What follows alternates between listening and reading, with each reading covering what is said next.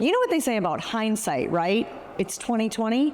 The immediate reaction to Brett Favre's retirement in March of 2008 was out of respect and appreciation, and maybe even a little bit of relief from the Green Bay Packers. I'm Jen Lada. This is Paper Trail. We are outfitted by Wantable, your personal styling service.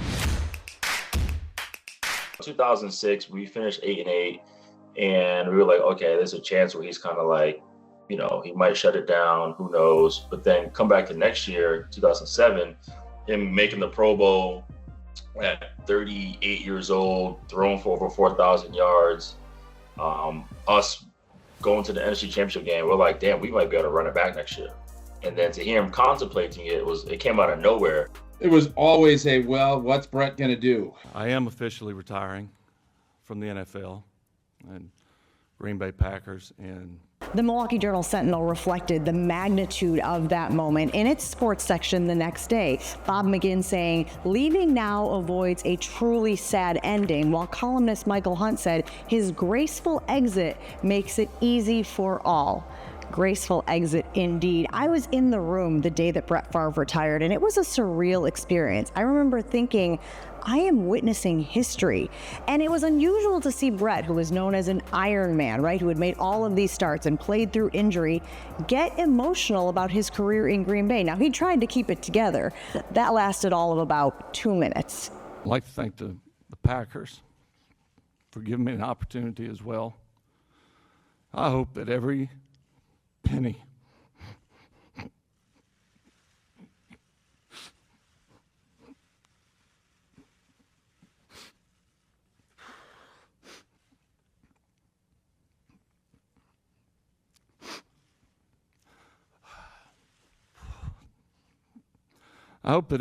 that they've spent on me, they know it was money well spent.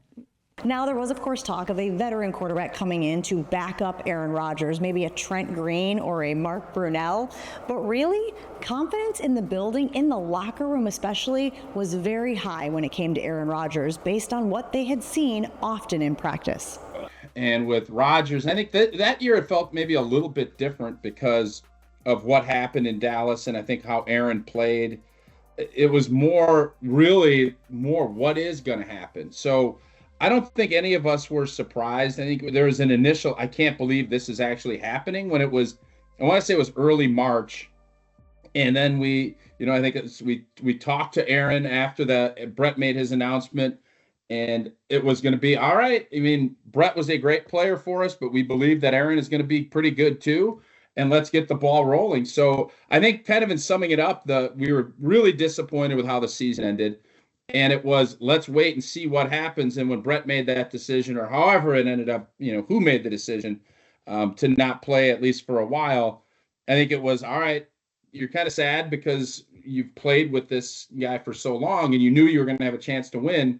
But there was also some excitement of, all right, well, Aaron Rodgers is going to be the guy and we're going to roll with him. I remember getting in 2006 and already Aaron's second year, and you got to see the change in all his mechanics, sitting behind Favre and watching what he does. And the one thing that stood out to me during our practices, I would say year one, even year two, was that, like, I always tell people, it was probably the most remarkable thing to watch because the football never hit the ground. We had Favre, obviously, with the ones, we had Aaron with the twos, and it became more and more apparent, like, we were so prepared going into games because some of the quarterbacks we played against weren't better than our backup, and nobody really, really knew that.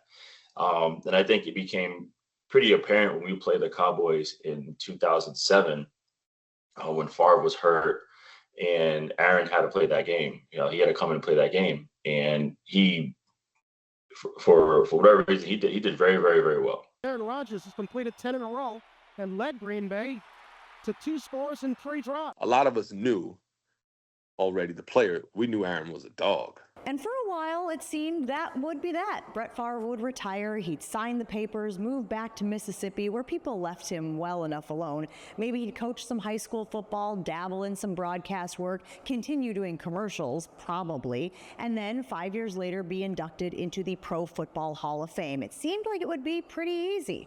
Of course, we know now it was anything but. That's next on Paper Trail, presented by Wannable. We hope you're enjoying this trip down memory lane. And if you want to get $25 off your first order at Wantable, just go to the website, wantable.com/Gen25. So if you need some new looks, go to Wannable.